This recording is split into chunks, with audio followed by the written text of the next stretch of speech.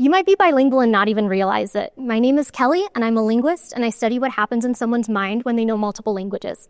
And these days, a lot of people know more than one language. You might have used 2 languages while you were growing up, or learned another language in school, or have a 300-day Duolingo streak. But whatever your situation is, it's hard to tell when someone becomes bilingual. In linguistics research, we know that knowledge of any language can affect the way you use another language. Even a second language can affect the way you use your first language. We also know that even if you feel like you've forgotten your language knowledge, it's probably not gone forever. It's probably hiding somewhere that you don't have access to, which means that even if you think you forgot this language years ago, it could still be impacting the way you use the languages you currently do.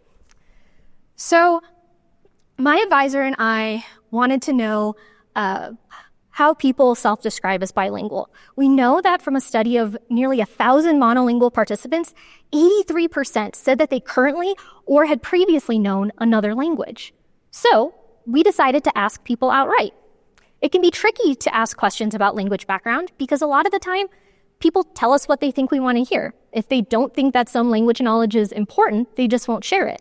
So my advisor and I collected data from 50 participants using a standard language background survey.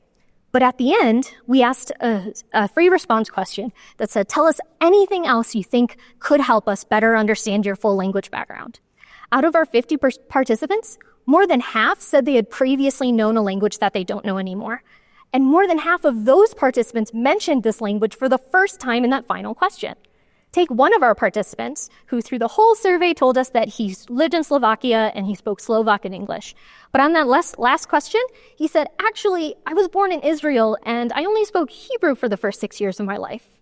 We totally would have missed that with the basic surveys, which shows how important it is to ask people targeted questions so we know exactly who our participants are.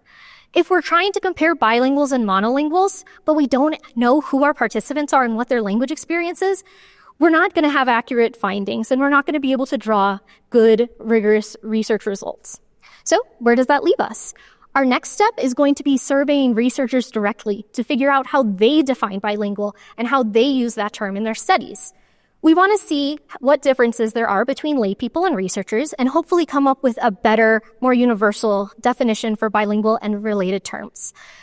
So next time you see an article on social media that says bilingualism is good for you or bad for you, take it with a grain of salt. We're still figuring out who counts as bilingual after all.